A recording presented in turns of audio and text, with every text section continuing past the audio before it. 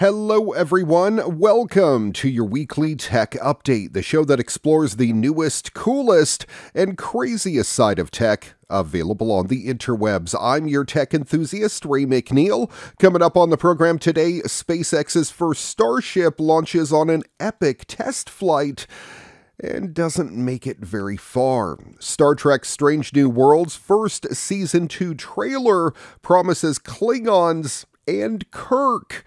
Happening in this week's What The? Riding a skate park under a hot air balloon. You've got to see it to believe it.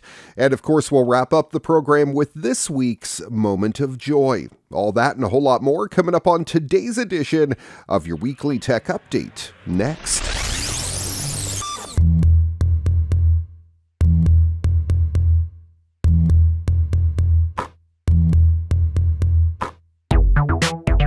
The most powerful rocket ever built put on quite a show during its debut space launch. With a mighty roar, the first ever integrated Starship rocket soared towards space from SpaceX's Seaside Starship facility at Boca Chica Beach at South Texas's Gulf Coast.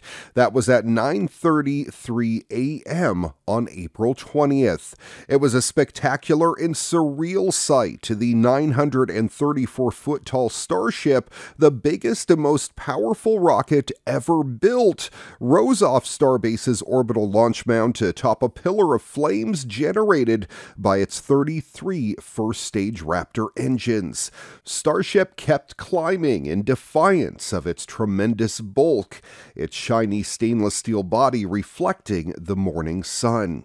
The climb didn't last very long, however. The 165-foot tall Starship upper stage was supposed to separate from the super heavy first stage about 3 minutes after liftoff, but that never happened. The two vehicles remained connected and the stack began to tumble, ultimately exploding or experiencing a, quote, rapid unscheduled disassembly, as SpaceX has termed it.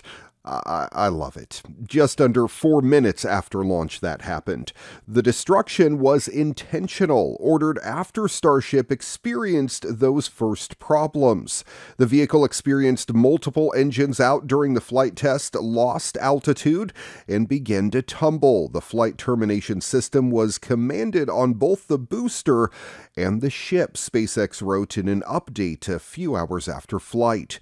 But the employees gathered at SpaceX headquarters in Hawthorne, California to watch the launch let out a massive cheer at Starship's demise, celebrating the gains made on its first ever liftoff.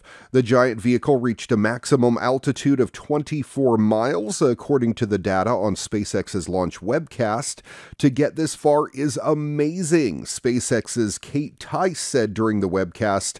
Everything after clearing the launch tower was icing on the cake. It was SpaceX's second attempt to launch Starship. An initial try on April 17th ended in a scrub due to a frozen valve. The flight plan recently called for Super Heavy to come back to Earth in the Gulf of Mexico roughly 8 minutes into the flight. The upper stage, meanwhile, was supposed to fire up at 6 Raptors to head up to the final frontier and a planned partial trip around our planet.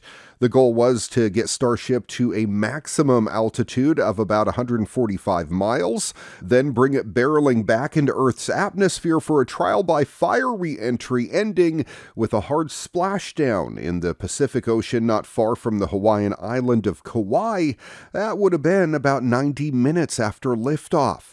SpaceX wasn't expecting everything to work out. However, new rockets often fail on their first test flight, and Starship is far bolder and more complex than most launchers. It has 33 first-stage engines and stands nearly 400 feet tall after all. Rather, the recent launch was all about gathering data and responding properly to whatever ended up happening. Now, this was a development test. It's a first test flight of Starship, and the goal is to gather the data as we said, clear the pad, and get ready to go again. SpaceX principal integration engineer John Insprucker said during the company's live stream. So you never know exactly what's going to happen, but as we promised, excitement is guaranteed. guaranteed. And Starship gave us a rather spectacular end to what was truly an incredible test so far. We should expect SpaceX to fly Starship again relatively soon. The company has multiple Starship vehicles in production at Starbase, and the plan is to fly them pretty much as soon as they're ready. If the test campaign goes well, people could climb aboard Starship for the first time just a few short years from now. NASA selected Starship to be the first crewed lander for its Artemis moon program, for example.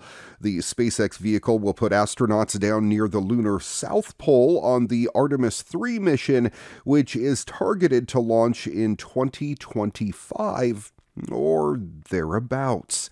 SpaceX has already sold 2 private round-the-moon Starship missions as well.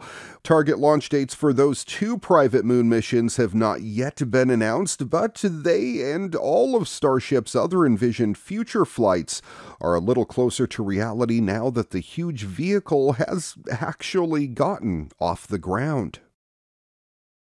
Oh, if you're a LEGO buff, this is awesome. Recently, LEGO and the official Sonic the Hedgehog account announced that the Blue Blur is getting 4 new grown-up playsets in August.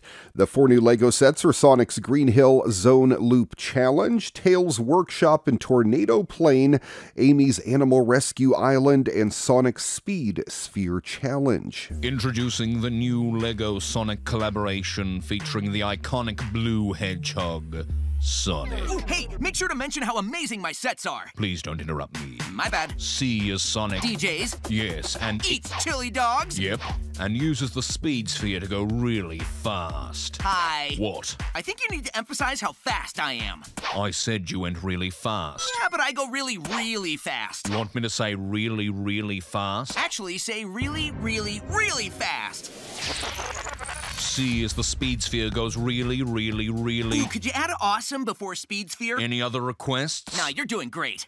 C is the awesome speed sphere goes really, really, really fast.